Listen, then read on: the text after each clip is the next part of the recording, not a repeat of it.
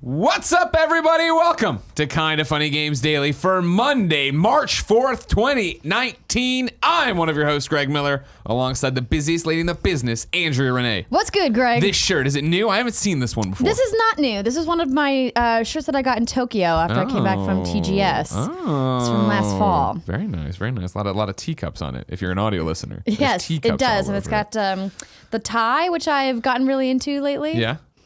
Yeah, a lot of the shirts in Tokyo had ties, and so I was like, I'm down. Yeah. I'm into it. Awesome. Also, it's March. What happened? Yeah, God, February went by in a flash. So will this.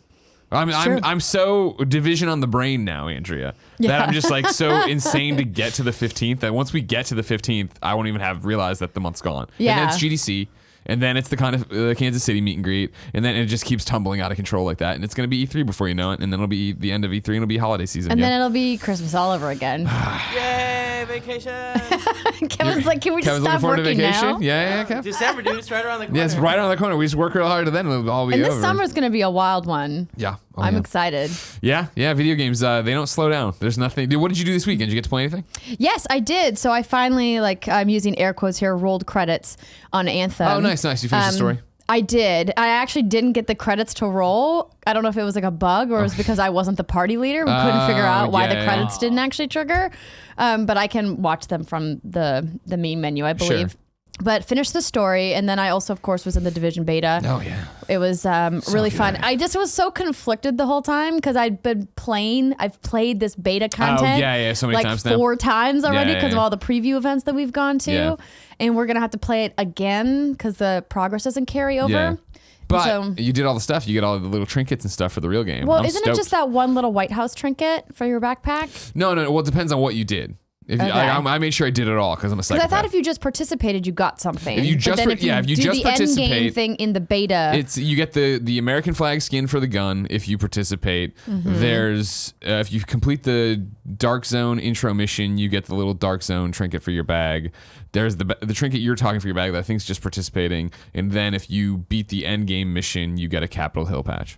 And I had to fucking have it all. I mean, of course you did. Of course you did. God, but it looks good. And just as a heads up, if you guys are really excited about the Division 2 like Greg is, we put up a very special episode called The Division 2 Recreate in Washington, D.C. on What's Good Games. It's a long-form interview with Chloe Hamoud, Julian Garrity, and Chad Chatterton, some of the members from Massive Entertainment, talking about all the in-depth work they did in recreating and thus destroying Washington, D.C. It's really fascinating. And I have a really nice tidbit with Julian in the middle of the episode where we talk about if his team was looking to other groups doing games as services for inspiration or maybe things to avoid. And it was a really interesting conversation. So if you're interested, please check it out. YouTube.com/what's good. It is not on YouTube. It is an audio me, only thing because it was 40 minutes long. We didn't have enough B-roll Sure. to cover it. And at this last event, there was no capture available. Gotcha. So wherever you listen to podcast feeds, whether it's Overcast or the iTunes app or Google Play, Spotify. you can also find it at what'sgoodgames.com if you don't have a podcast app installed on your phone. Nice. I might do that. I have a drive today. You should. Maybe I'll do that. We have division questions from you, the audience. But first, this is Kinda Funny Games Daily. Each and every weekday on a variety of platforms, we run you through the nerdy video game news you need to know about. If you like that, be part of the show. Head over to patreon.com/kindafunnygames, where you can submit your questions, comments, concerns, bad PSN names, and everything else under the video game sun. Then tune in. Watch it live as we record it on twitch.tv/kindafunnygames. If you're watching live, you have a special job. Go to kindafunny.com/you're wrong and tell us what we screw up as we screw it up so we can set the record straight for everybody watching later on youtube.com/kindafunnygames and roosterteeth.com, as well as everybody listening on podcast services around the globe. It's weird. The printer just said no.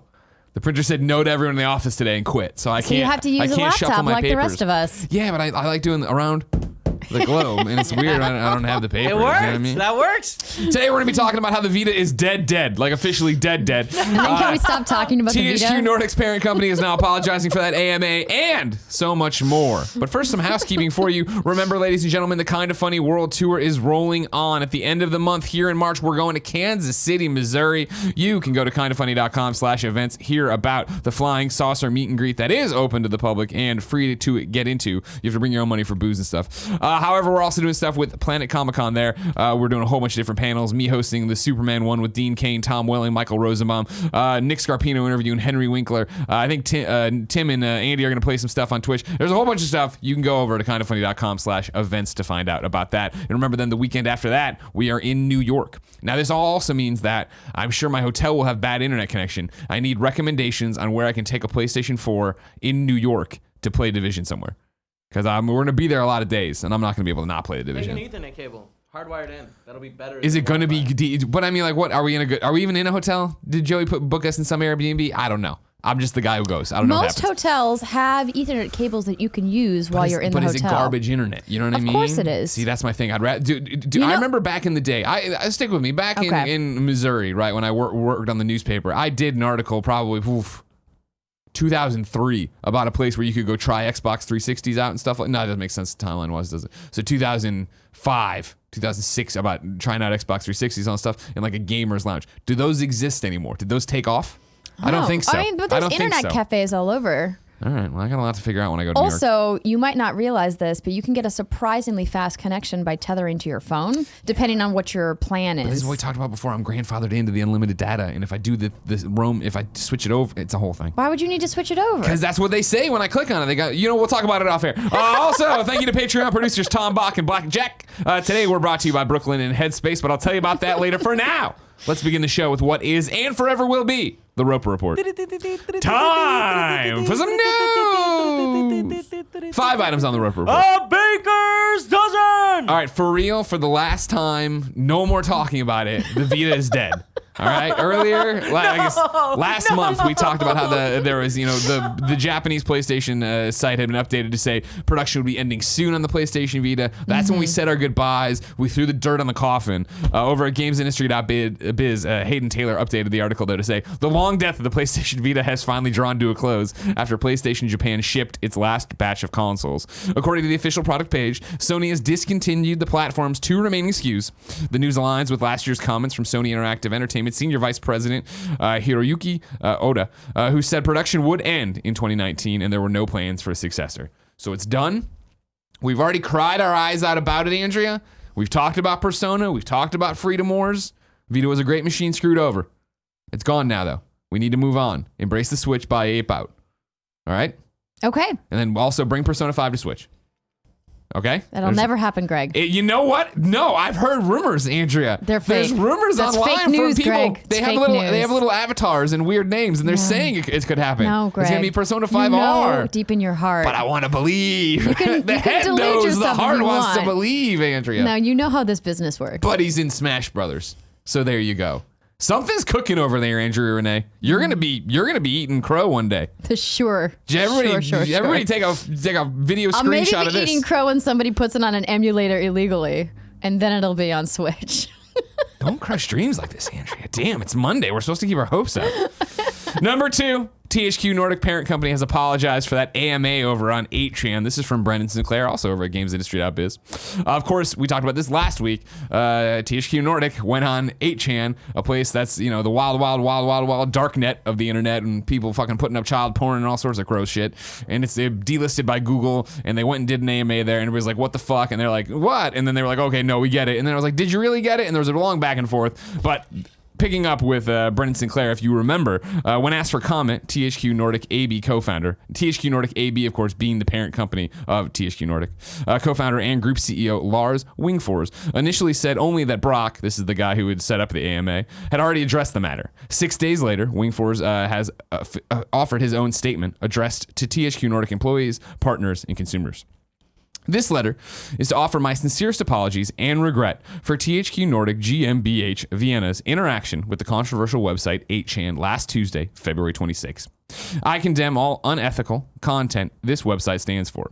Even if no one within the THQ Nordic group would ever endorse such content, I realize simply appearing there gave an implicit impression that we did. As co-founder and group CEO of THQ Nordic AB, I take full responsibility for all of THQ Nordic GmbH's actions and communications. I have spent the past several days conducting an internal investigation into this matter. I assure you that every member of the organization has learned from this past week's events.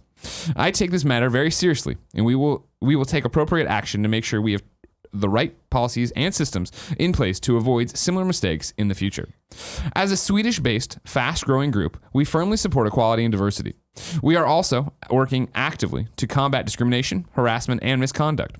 We are already in the process of developing new work processes based on the United Nations SDGs, this is Sustainable Development Goals, and using GRI, Global Reporting Initiative standards, and we will accelerate this work going forward. End of statement. Andrea? Yes, Greg. Too little, too late?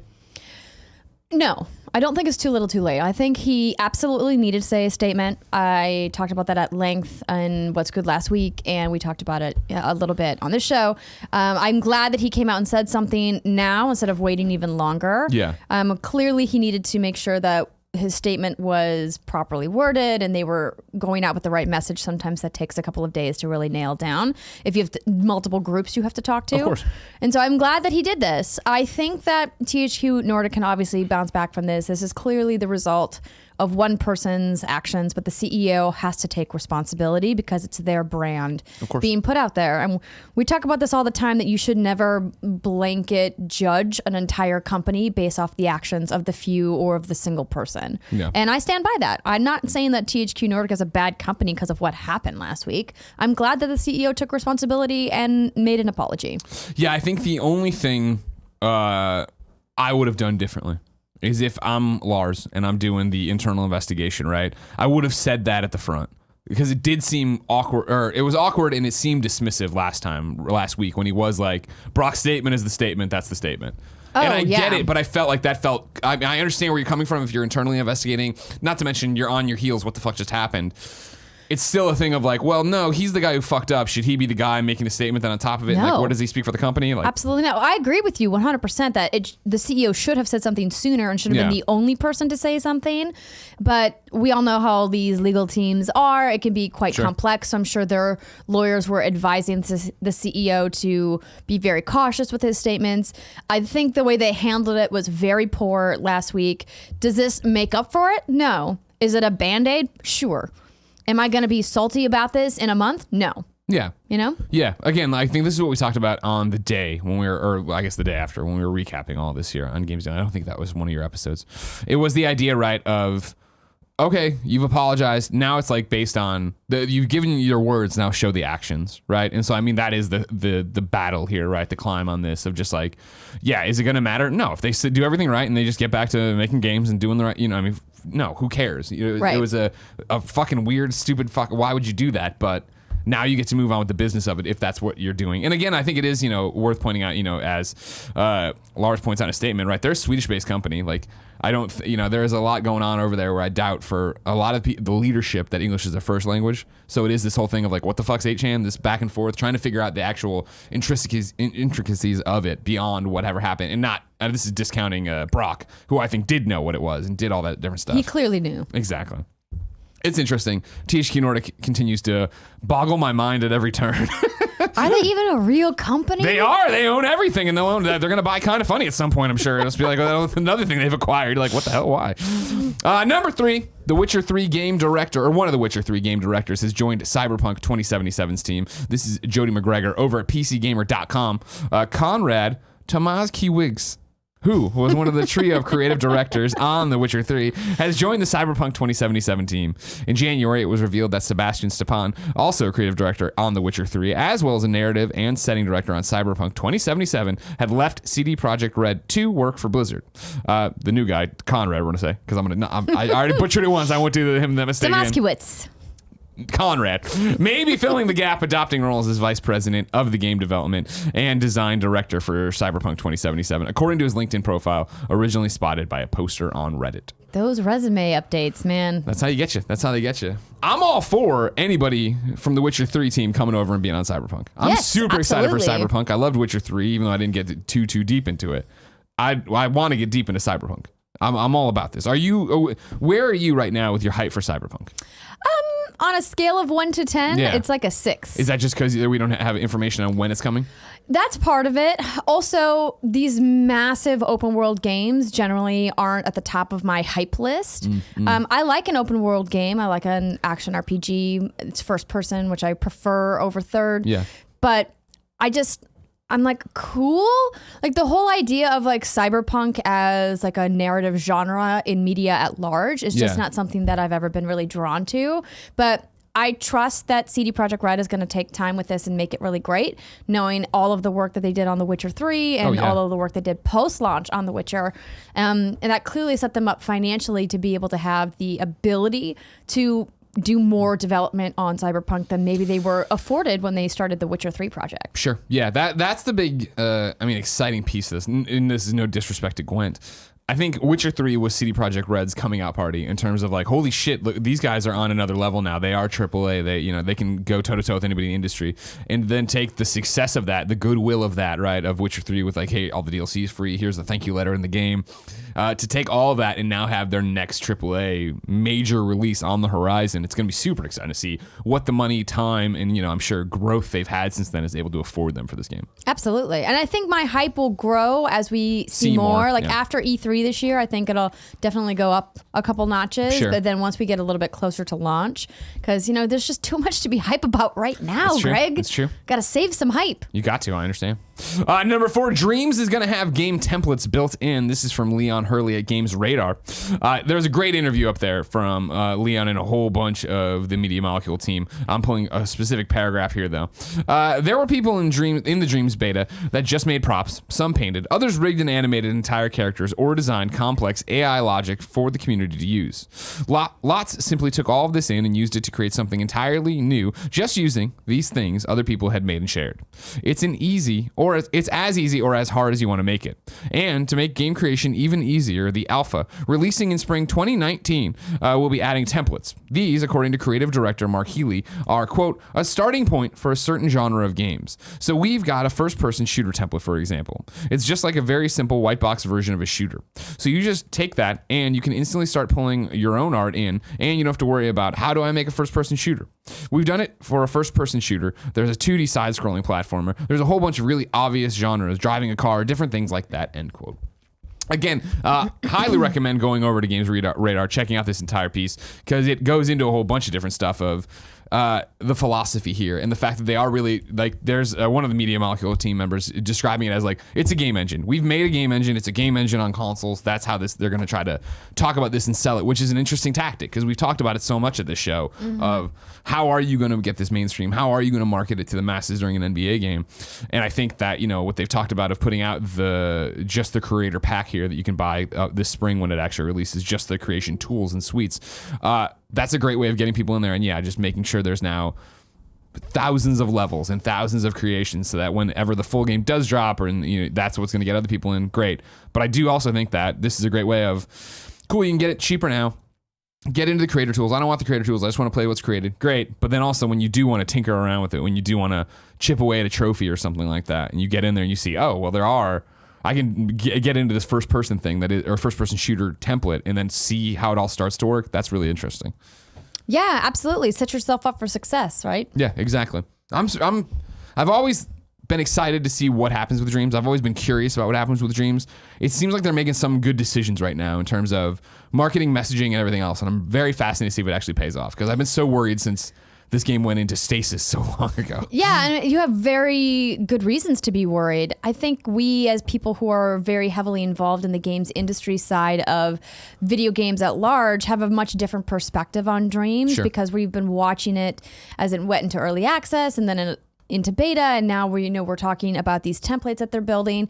But I think about the person who's walking into like a Target or a Best Buy or a GameStop around the country or around the world, and looking at that on a shelf, having never heard a single thing about what Dreams is, and maybe not even knowing who Media Molecule is as a studio, because quite frankly, the average game buyer doesn't probably even look at the name of the development studio on the back of the box, much like most people who go to movies don't know the name of the production company behind the film. Sure.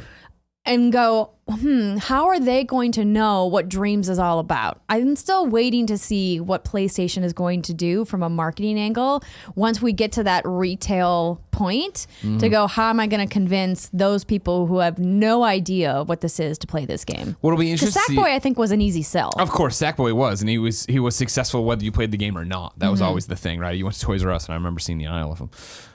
It'll be interesting to see if how much does the Media Molecule campaign of Dreams really matter to it?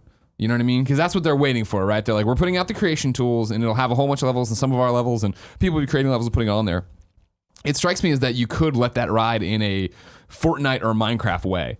Of like, yep, the creator, and I know they already did the beta, but like the creators. You mean like just word of mouth? This is what it is, right? And this is the creator's beta or the creator program, and there's more coming eventually, but I don't think anybody's gonna be pounding on the door looking for the eventually. I think they're putting it out there totally expecting, hopefully, that it catches fire with the hardcore PlayStation audience, with the people like us that are dialed into the gaming community, with people who want to play kooky, crazy levels or create kooky, crazy levels, right? Because there are going to be plenty of people, I think, that buy that. And when it drops that way, I think there's a large majority of people who pick it up are going to pick it up being like, well, this is the game. Like, I'm not really going to wait till, I got to see when they get to actually the Media Molecule storyline part of Dreams. No, nobody really cares about that. Because again, the weird imp that we're making and taking things over, and it's all very... So cute, though. It's cute, but it's all so abstract. And like, the imp's never going to be Sackboy. No, of course not. Yeah. Because you can customize your imp. Exactly.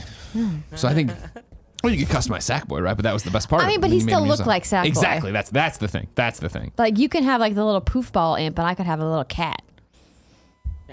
No, your imp always looks like the imp, though, right? No. But it takes things over. It takes things over. There's a bunch of other little imps you can choose from. Well, yeah, where they put glasses on them and stuff. What's the cap? Oh, you mean like the little nose No, on but the it imp? looks like a cat. See, I still feel like, well, but It's got like ears and everything. it's still the teardrop imp. No, it's like rounder. I'll show you. You should show me because I'm Okay. pretty sure you have. I thought you make an imp and then you always have the little imp and then you can take over anything you You want. can choose which imp you want. This fucking game. You know what I mean? This is what I'm talking about. This is the problem. Nobody Greg. watching NBA is going to be like, oh man, that game with the imp cat, that's the thing I need. They're going to be like, the game I can create Final Fantasy, and that's the game I need. Number 5 on the Roper Report, Apex Legends has hit 50 million players worldwide. Congratulations. Yay. Me and Andrew having a conversation earlier of like, is this where... Are we getting into the territory where it was with PUBG and Minecraft and Fortnite, where it's just like, hey, guess what? There's a new milestone. Talking about this it all game the that you time. know is super successful. Congratulations, everybody. So, yeah, congratulations, everybody. And then, yes, the story number 6, which broke as soon as we went here. Apparently, there's a problem with Anthem. I'm getting it as you get it. I actually heard about this over the weekend, and I didn't know if it would be worthy enough to talk about because it's hard to know how widespread this issue is. Well, I got 3 paragraphs from Kotaku. How about that? I'll read Okay. that and we'll go from there. This is from Ethan Gatch. Well, I would say Rach, right? R-A-C-H. So Gatch. Gosh? Gosh. Gauche? It's Ethan from Kotaku, whose headline is Anthem players say the game is shutting down and even sometimes bricking their PS4s. It's been a rough launch for BioWare's new loot shooter, and some PlayStation 4 players are now finding the game occasionally shuts off their system as well. Quote, when encountering a crash or game error, sometimes I get booted to the main menu or out of the game completely to the PlayStation 4 dashboard, a user who goes by the name For the Masters posted on the game's subreddit over the weekend. But twice now, when trying to matchmake on PS4, it has completely turned off. The rest of the thread is filled with other commenters saying the same thing has happened to them on both the standard PlayStation 4 and PlayStation 4 Pro, sometimes completely out of the blue, other times while they're trying to exit the game. The PlayStation 4 then treats it as an improper shutoff as if the power cord has been pulled. There are several reports on the game's official forum of this happening as well. Quote, the console powers down and will not power on using the normal method of pressing the PlayStation 4 button on the controller, wrote one player. It is the same as if someone pulled the plug out without properly shutting down the hardware, or if the power went out in the house. Sometimes the button on the front of the console works, but other times I have to unplug the console and then plug it back in. Neither Sony or EA responded for a request to comment. Yeah, it goes on like that. When they were saying, oh, here we go. One player even said it bricked their console. Quote, PSA to Anthem players on PlayStation that experienced complete shutdown of their consoles. Stop playing. The user, the Mad Titan Gauntlet, posted on Reddit last night. My PlayStation has been completely bricked to the point of not even turning on because of Anthem. They said they really liked the game despite all the issues, and they just wanted to warn other players about the potential danger to the console. In a follow-up email to Kotaku, the person said that they were playing on the Call of Duty World War II Limited Edition PlayStation 4, which came out only a year and a half ago. We've also gotten some tips. So yeah, this is a developing story, obviously, seeing that. I haven't run into that. I'm playing on a PlayStation 4 I'm playing on a PlayStation 4 Pro, but I don't know if they put out a patch recently, because it was that I would have last played on Thursday, maybe Wednesday. And then I got into Division stuff this weekend, so I haven't been back to Anthem in a while. But you were playing last night. Yes, I was. I saw your request to play too late. Sorry. It's okay. I saw that you were back in Greece, but I wanted to work on that DLC, Assassin's Creed the final episode of the DLC for I know. Odyssey drops Talk tomorrow. about another game that I'm sadly behind on. It's embarrassing at this point. I just need to like say no to everybody and just stay home every once in a while. You should, yeah. Everybody sucks. We know. Like, hey, no more work, no more friends, no more nothing, just games. Yeah. Catch up on everything. Yeah. But so this Anthem issue is obviously very concerning. I'm 100% positive that people both at BioWare, at EA, and at PlayStation are investigating this and working for a fix, because the thread that I saw was here's how to get your Anthem refund. It had nothing to do with actually like, oh my gosh, be careful, you could brick your console. People were like, this is how you can convince Sony to give you your refund, about like, hey, it's like shutting down the game and it's hard crashing it. And quite frankly, I've had a hard crash in almost every single game I've ever played on both of my consoles, quite frankly. Sure. And I just notice it more on my PlayStation because I play more on my PlayStation. I play more games It's where the there. gamers play. Exactly.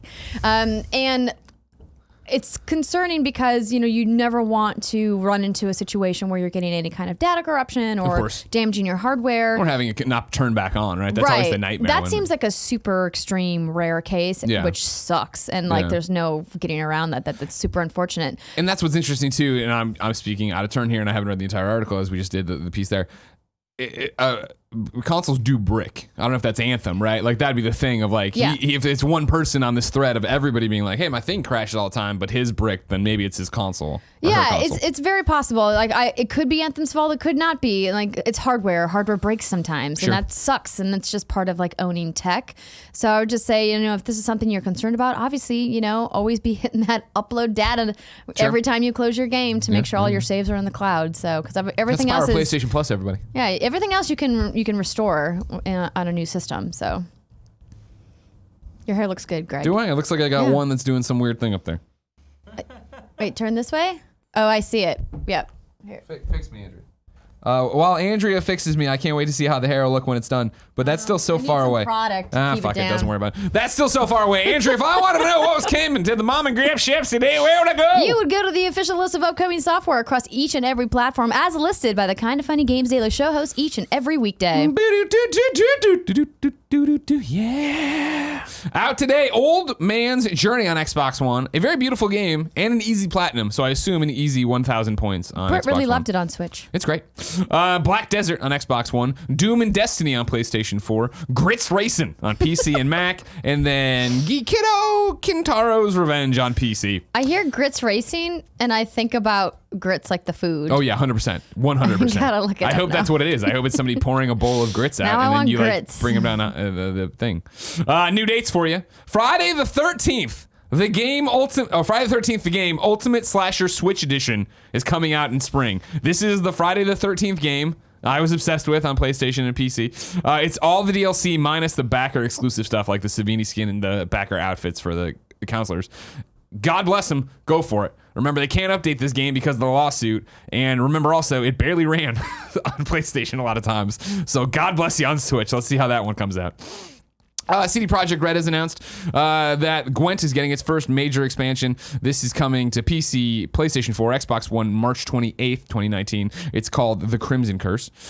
Trine 4, The Nightmare Prince, is coming to PlayStation 4, Nintendo Switch, Xbox One, Steam, Discord, and all those PC platforms this fall. 2 Points Hospital's new DLC, Pebberly Island, is out on March 18th. Beat Saber gets a new song pack on March 14th. This was from the UK PlayStation account. I assume it's right around that for America as well. And then, as we talked about earlier, Assassin's Creed's closing up this Legacy of the First Blade. It's a confusing title scheme they have for it, if you ask me, as a big Assassin's Creed fan. Anyways, episode 3 of the DLC comes out tomorrow on everything. IGN has a review up right now. But don't ruin it for yourself. A lot of good stuff. I that's what I was doing last night. You know what? I'll save it for Gamescast because I got some thoughts about that ending. Oh, okay. Time for reader mail. But first, I'm going to tell you about our sponsors. First up, it's Brooklinen. You spend a third of your life in sheets. It's about time for a bedding upgrade. You know that I love my Brooklinen sheets. I talk about them all the time on this show, other shows. When you see photos of Portillo in my Brooklinen sheets, those are Brooklinen sheets.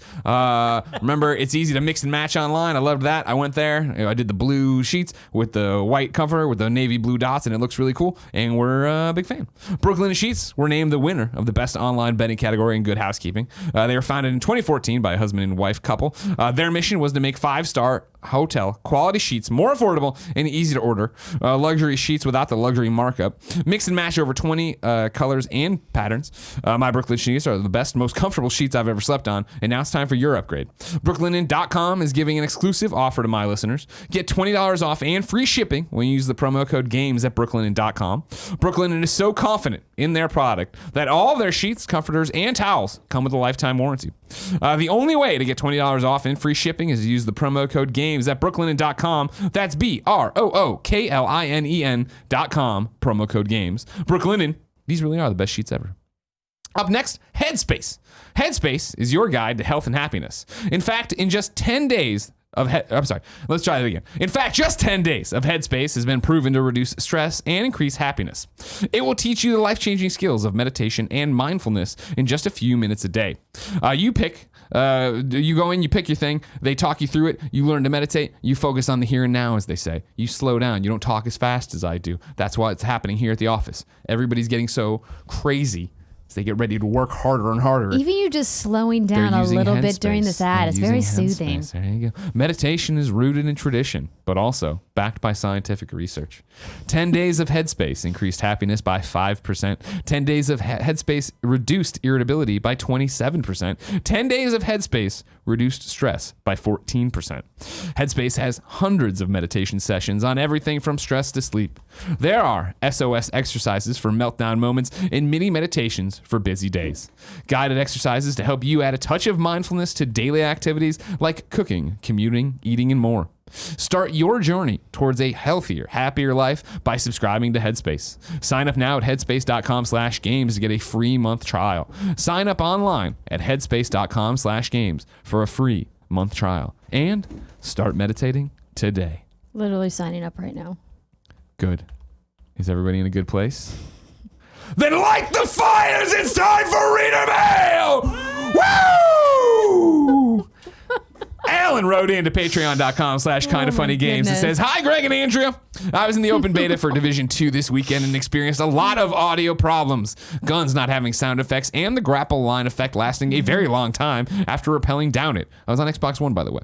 Wondering if you experienced any of this with your time in the beta and, of course, your opinions on the game." I did indeed on PS4 Pro. Me too. Yeah, I thought it at first was my headphones on PlayStation 4 Pro 2, where it would be I was shooting and I heard my gun, and then other people would be shooting and I wouldn't hear their guns, then I would shoot and I didn't hear mine. And it was like, oh, the gun. I didn't understand what was happening at first. Yeah, a lot of missing audio files, a lot of pop-in textures. I mean, things that you would expect to see in a beta.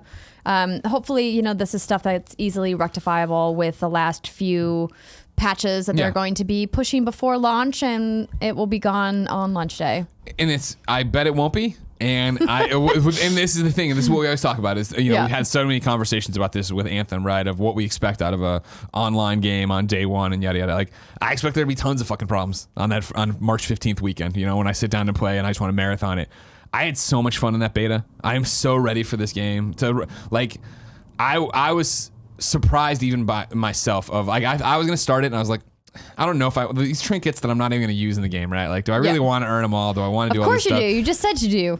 Well, I know I do, but how much do I say a lot of things I want to do in video games that I never do, Andrew. You know that. Touche. And so it was sitting down and jumping in and I don't want to ruin it for me. I hate doing, like you said, I've played these missions, not all of them, because I could do that Grand Washington Hotel mission in my sleep. Right. And I was like, oh, here's where Britt died. Oh, here's where this happened. But I was so into it, having such a great time solo. And then when I needed help for the final mission, because you unlock the end game stuff, you get the one mission. I went and did it with randoms, and we were struggling the whole way. They tried to kick somebody out of the group, and I was like, no, we're not kicking this kid. We're not kicking this kid. You know what I mean? It's a beta.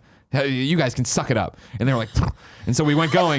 And then at the the end, when Did they leave? Yeah, at the end, we got to a final room, and they're like, "All right, fuck this," and they left. And We're it out. was me and the guy who wasn't any good. I was like, "Fuck, well, I can't carry you through this." So I got a group together of best friends off Twitter or whatever. I heard that some of the What's Good Guardians joined you. Probably our groups. Yeah, you played with the What's- Regimen, right? Exactly. I was gonna say the And- What's Good and and Kind of Kayla? Funny audience. Yeah. There, it's not a Venn diagram; it's a circle. Of so course, yeah, they're best friends too. Exactly, Yes. exactly. Yeah. So yeah, no, it was in there. Plenty of faces and names I've recognized from Twitter or in meet and greets. But yeah, we ran through it and it was so much fun. It was better playing with them, obviously on mics and stuff because I didn't play with mics in the first.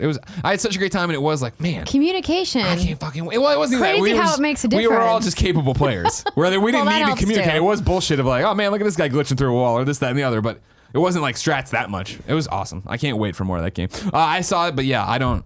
The guns not making noise is the least of my concerns about day one stuff. Yeah, exactly. Blackjack writes into patreon.com/kindoffunnygames and says, "Hey, Greg and Andrea, what's good? A few days back, the Division 2's director, Julian, friend of the show, addressed a major concern from the First Division, bullet sponge enemies. He said, you're going to kill enemies much faster, but they're going to kill you much faster too, which really puts the emphasis on cover-based gameplay. Ain't that the truth? This is back to Blackjack. This was my biggest problem with the original Division. Some of the heavies took forever to kill. Greg, you spent a lot of times hands-on now, Andrea too. Do you think this problem has been adequately solved? Are the heavy enemies and bosses less bullet spongy in your opinion? Love you guys. I think they are because you have to take into account that the whole point of the gameplay style of the Division 2 is that you're supposed to be utilizing all of your tools.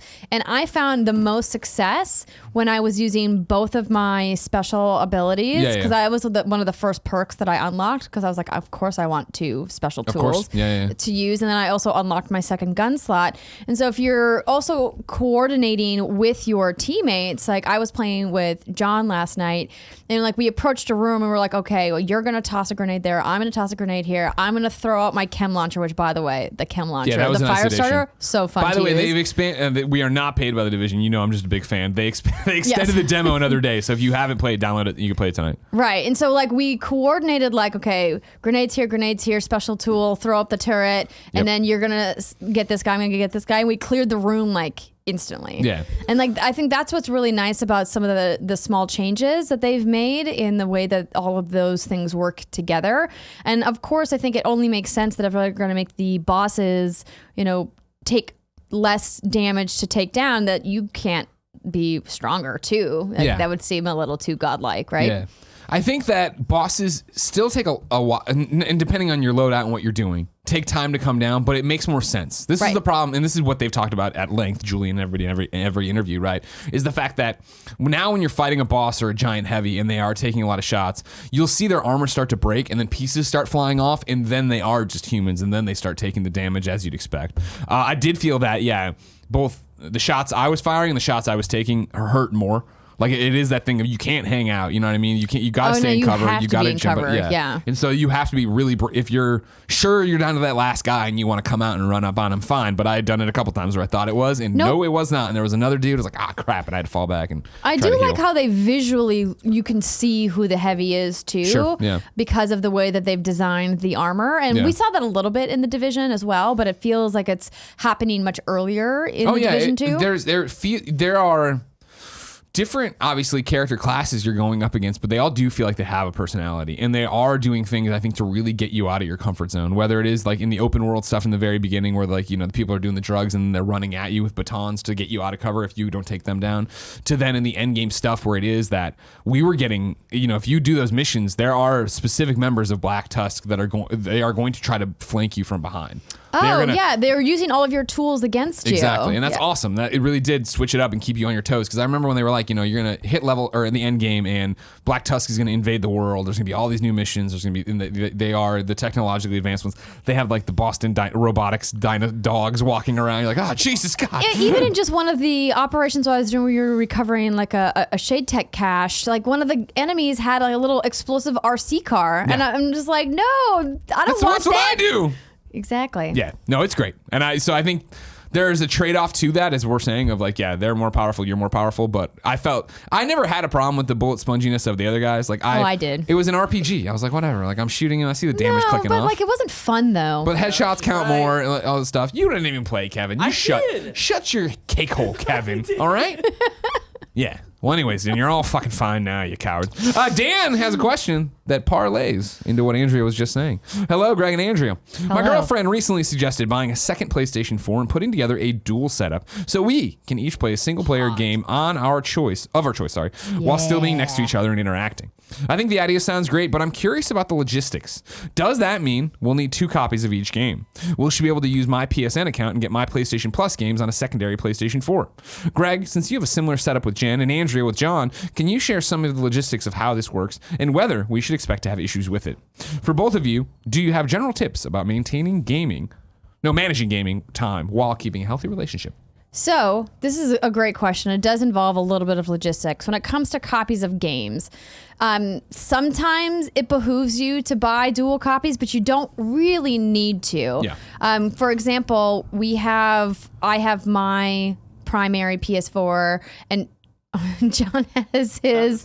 And so if I buy a game on my primary, then I'll play it on a secondary, the other PS4, so that John can play on the primary because obviously it's unlocked for all of the users locally that are on the primary account. Yeah. And so that's a really easy way to get around having to buy dual copies. That's how when Jen and I were obsessed with Monster Hunter World, that's how we did it as well. So if you're not into the lingo and you're like, oh, I have a PlayStation 4, that's my primary PlayStation 4.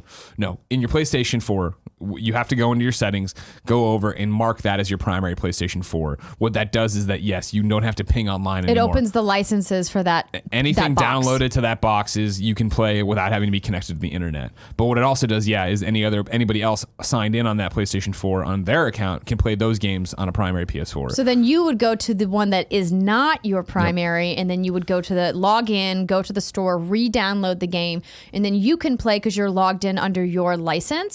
But sometimes the licenses you have to like reassign the licenses. They can get disconnected. There are sometimes you we'll can do get here at the hiccups from time to exactly. time. There's but little things, but for the most part, it works fine. yeah, It's flawless. I mean, I will say it's easier to go disc based for that reason, if that's something you're interested in. But sometimes, But then sometimes you run into the issue where the game's like, well, you have to have the disc inside in order to play it, because even if you've installed it and downloaded it completely, it's like, but I can't play without the disc. So it's kind of it's a workaround, right? Like it's not a perfect system because it's technically you're not supposed to do it that way. But I mean, we've been making it work for 5 years now. And then what tips do you have about managing gaming time while keeping a healthy relationship?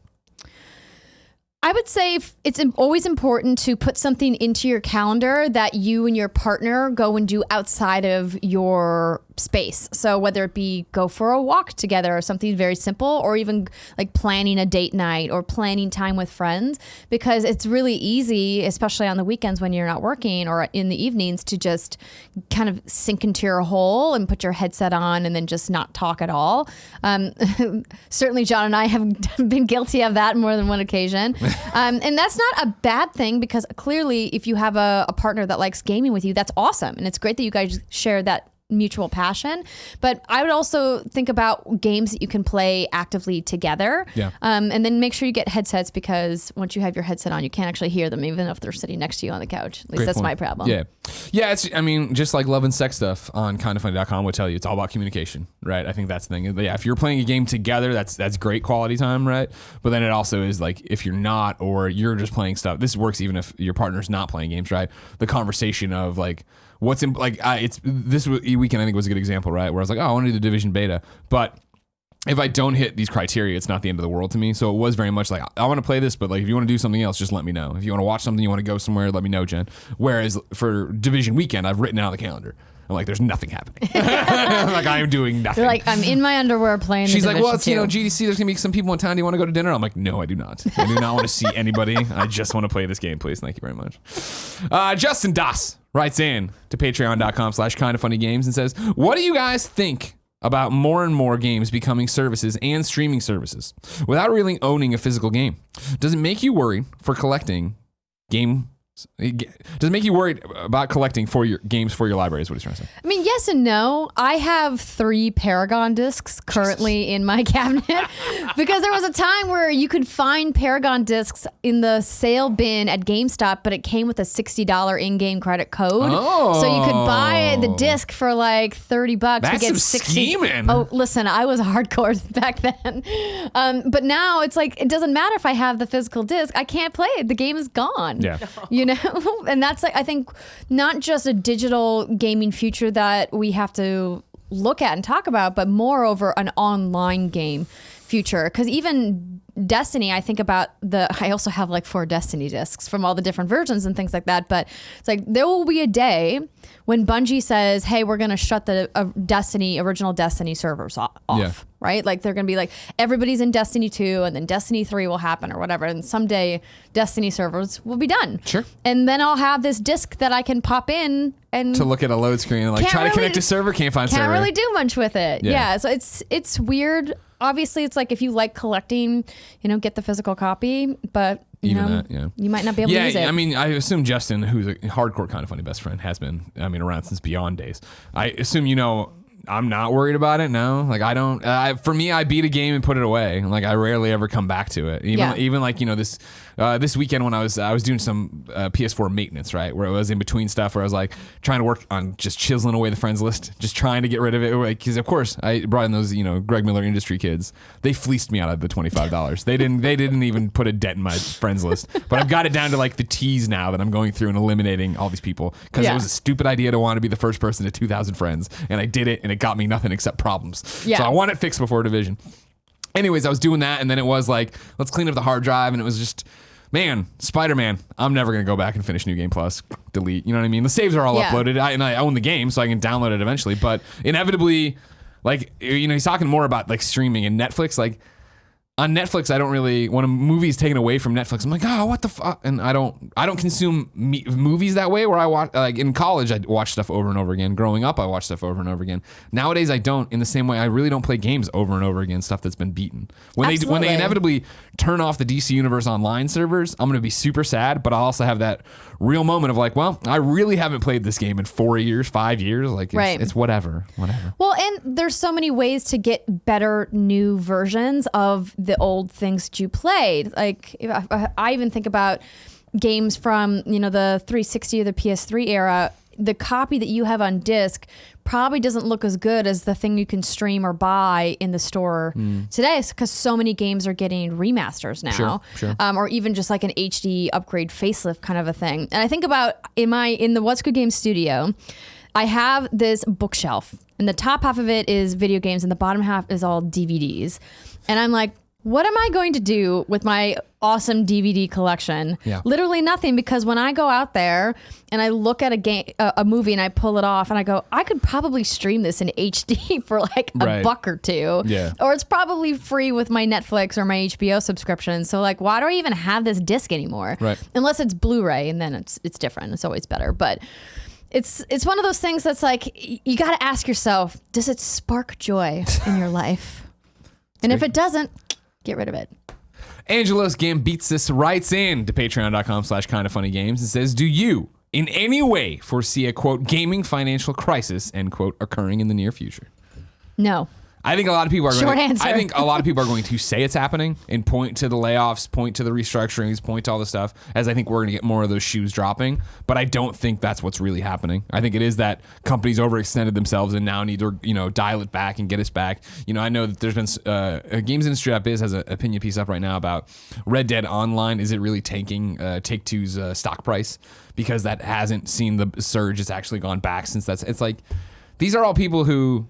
Not people, I shouldn't say. These are all businesses and corporations that just thought one thing was going to happen and it didn't happen. And I don't think that signals a crisis, but it's putting fear of God into them. But you look at like a flourishing indie market, a flourishing Switch, a flourishing... free-to-play market. Exactly. There's so many success stories that, if we want to look at being a AAA publisher and overextending, it's hard right now and scary, I'm sure, for people at the top. But No, it's business and it's just how it works and the market corrects itself. Maybe this is me completely talking out of turn, Sure. but it feels like the people, like the dudes in these boardrooms making these projections going, this is what it's going to be, are so out of touch or where the gaming consumer is at today in 2019 that once we cycle out that generation of people who are making sure. these Yeah, calls, yeah. like, that will come back to normal because like we'll have this new wave and this new generation of people in the games business that are innovating and looking at ways to monetize in untraditional formats. Sure, you hope that's how it all goes, right? And I'm not trying to talk shit about CEOs or anybody else. That I'm not taking a blanket brush here at anybody, but you hope that, yeah, the people who rise to those positions in the future are people that came up in the industry like us. You know what I mean? I do feel that you Like get your Phil Spencers. you get to exactly. That's a perfect example. You get to the top of so many companies, and it is like, do you play games? Like, do you know what's happening? Like, you know what I mean? Like, a surprising amount of them don't. And there's- that's really disturbing. and that's where it gets interesting in the art versus business conversation we always have, right? Where I think, you know, theoretically, hopefully one day Kind of Funny gets big enough to have a real CEO that isn't me, and it's somebody who actually knows what that title means, and maybe they don't understand the best friends, they don't understand they want to learn that, they're interested, they're good people, but they understand business and they understand what we're fucking doing wrong and how we could lock that in and make it better and, you know, make sure we're here in another 10 years. I'm assuming this happens 20 years in. Greg, we just need to make Gio Corsi in charge of everything. I agree. You know what I mean? Yeah. I agree. Right? Can we do that? Can we He start could that? do it. Gio Corsi for Kind of Funny CEO. That would be perfect. He understands everything, I assume. I don't know. He's losing a lot of weight too. Yeah, he's on this new fitness plan. Everybody hit up Gio Corsi and kicking ass. congratulate him. He's an amazing person. We love him very much around here. Andrea, it's time to squat up. All right. This is where one of you, the audience members, writes into patreon.com/kindafunnygames. Give me your name, username, platform of choice, and why you need help in a video game. I read it here. The best friends come and find you, and everybody plays games together. Today, Tim Curry needs help on PlayStation 4. That PSN is Steppenwolf Motha. Nice. Steppenwolf. Classic. Is it? Is it? Kevin, you're too young. You don't even know. Looking to find some best friends ahead of the Division 2 launch. I gave the beta a go after listening to Greg for the last few months, and I'm loving it. I live in Australia and play mostly in the evenings. Parentheses, I'm happy to play with people from other regions if you like playing at odd times. PSN name is Steppenwolf Motha, like the band Steppenwolf, mixed with the band Wolf Mother, but it's Motha. Motha. I thought he was Steppenwolf from DC's. Of course, from the hit film Justice League. That's the, yeah. And then Motha was kind of like Martha Yeah, from that's- Batman v Superman. Yeah, I thought that's what he was going Probably a better reference, you know what I mean? Probably a better reference than these two things. If you need to spell that out again, you can go to youtube.com/kindoffunnygames. It is in the description. Also, while you're on Twitter, put out hashtag release the Snyder Cut. It's time for You're Wrong. This is where people write in, tell us what we screwed up as we screwed it up on kindoffunny.com/you're wrong. Nanobiologist says we missed a new date. There's a Life is Strange book, Dust, coming out May 23rd, 2 days before my birthday. It's a collector's edition, is available to pre-order from Forbidden Planet.